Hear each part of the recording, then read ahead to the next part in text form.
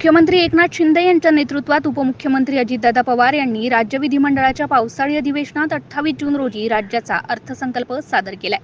सादर केलेला हा अर्थसंकल्प प्रगतशील, सर्वजन हिताय, सर्वजन सुखाय असा असून सर्व समाज घटकांना दिलासा देणारा, त्यांचा विचार करणारा आहे.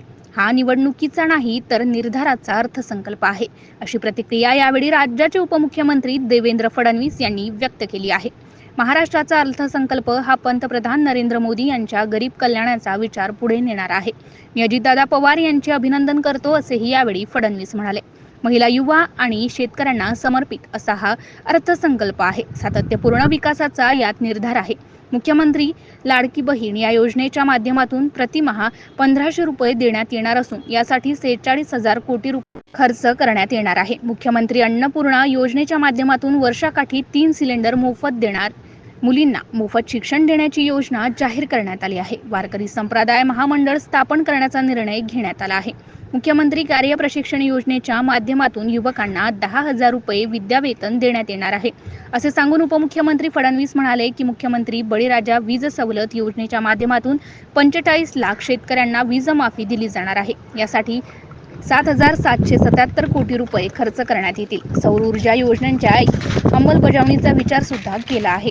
18 महिन्यात ही योजना पूर्ण करायची आहे, त्यामुळे 30% अनुदान मिळणार आहे. सर्व कृषी फीडर सौर ऊर्जेवर आणणार आहोत, त्यामुळे शेतकऱ्यांना मोफत वीज आपण देऊ शकणार आहोत. 9.5 लाख सौर ऊर्जा पंप मंजूर केले आहेत. यापुढेही जो अर्ज करेल त्याला ते मंजूर केल्या जाणार आहेत. त्यामुळे 90% शेतकरी हे मोफत विजेचे लाभार्थी होणार आहेत. सोबतच उपसा सिंचन योजनेचे सौर ऊर्जीकरण करण्याचा निर्णय आम्ही घेतला आहे. नमूद शेतकरी महासन्मान निधी आणि 1 रुपयात पीक विमा यांसारख्या योजना सुरूच राहतील. दुधाला 5 रुपये अनुदान देण्याचा निर्णय घेण्यात आला आहे. या अर्थसंकल्पात राज्य आर्थिक बेशिस्तीकडे जाणार नाही याची काळजी घेण्यात आली आहे, असेही देवेंद्र फडणवीस यांनी पत्रकारांशी बोलताना सांगितले. उपमुख्यमंत्री श्री अजित पवार यांचं मनापासून अभिनंदन करेन की एक अतिशय चांगला अर्थसंकल्प त्यांनी सादर केला.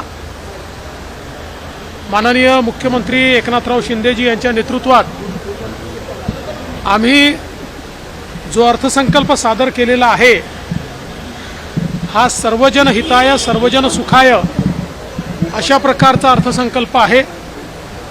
विशेषतः शेतकऱ्यांना मोफत वीज देण्याचा जो निर्णय घेतलेला आहे हा ऐतिहासिक निर्णय आहे आणि हा निर्णय घेत असताना पहिल्यांदा त्याची पूर्वतयारी आम्ही केली. गेल्या 1 वर्षामध्ये जवळपास 9,000 त्या ठिकाणी मेगावॅटचे फीडर्स हे सोलरवर आणण्याचे वर्क ऑर्डर आम्ही दिले आणि त्याचं काम सुरू केलं. 18 महिन्यात ते काम पूर्ण होणार आहे आणि उरलेले जे 6,000 मेगावॅटचे फीडर्स आहेत तेही पुढच्या 3 महिन्यामध्ये त्याचे वर्क ऑर्डर आम्ही देऊ. त्याचा परिणाम असा आहे की आज जी वीज सरकारला 7 रुपयाला पडते आणि शेतकऱ्याला 1 रुपये 25 पैशाला द्यावी लागते, ती वीज सरकारलाच 2 रुपये 81 पैशापासून 3 रुपये 5 पैशापर्यंत मिळेल. त्यामुळे पुढच्या 4 वर्षामध्ये आज जेवढी सबसिडी लागते तेवढ्याच सबसिडीमध्ये आम्ही शेतकऱ्याला मोफत वीज देऊ शकू. ॲडिशनल भार येणार नाही. फक्त 2-2.5 वर्ष हा ॲडिशनल भार आमच्यावर थोड्या प्रमाणात येणार आहे. यासोबत शेतकऱ्यांना आम्ही जे कबूल केलं होतं की कापसाचे आणि सोयाबीनचे जे भाव कमी झाले त्यामुळे जे नुकसान झालं होतं त्या संदर्भात या 4,500 कोटी रुपये हे शेतकऱ्यांना भावांतराच्या अंतर्गत देण्याचा निर्णय आम्ही या ठिकाणी केलेला आहे. अनेक गोष्टी शेतकऱ्यांकरता आज आपण केलेल्या आहेत. त्यासोबत विशेषतः महिलांकरता लाडकी बहीण योजना या अंतर्गत 1,500 रुपये महिना आमच्या भगिनींना आत्मनिर्भर करण्याकरता त्या ठिकाणी राज्य सरकारच्या वतीनं देण्यात येणार आहे. आमच्या मुलींना उच्च शिक्षण पूर्णपणे मोफत देण्याचा निर्णय हा देखील आज राज्य सरकारने घेतलेला आहे. यापूर्वीच महिलांना एसटीची सवलत आम्ही दिलेली आहे.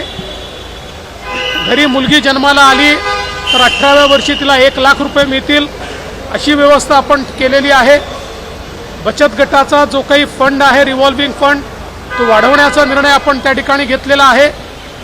वेगवेगळ्या निर्णयांच्या माध्यमातून महिलांना आपण मदत करतो आणि त्यासोबत 3 सिलेंडर वर्षाला हे मोफत देण्याचा निर्णय देखील आपण घेतलेला आहे, ज्याचं स्वागत महिलांनी मोठ्या प्रमाणात केलं आहे. आमची जी युवा शक्ती आहे या युवा शक्तीला त्यांनी शिक्षण घेतल्यानंतर त्यांना एक्सपिरियन्स नाही म्हणून नोकरी नाही अशी अवस्था येते आणि म्हणून त्यांना जे लोक अप्रेंटिस ठेवतील त्यांच्या पगाराला 10,000 रुपये महिन्याला राज्य सरकार देणार आहे. त्यामुळे त्या अप्रेंटिसमध्ये त्यांना पगार राज्य सरकार देईल, ते त्या ठिकाणी ट्रेनिंग घेतील, एकतर तिथेच नोकरी करतील किंवा त्या एक्सपिरियन्सच्या भरोशावर दुसरीकडे नोकरी किंवा स्वतःचा व्यवसाय करू शकतील. अशा प्रकारचा युवांना 10 लाख युवांकरता ही व्यवस्था राज्य सरकारने आज या ठिकाणी केलेली आहे. त्यामुळे सर्व जे घटक आहेत, युवा असतील, महिला असतील, शेतकरी असतील,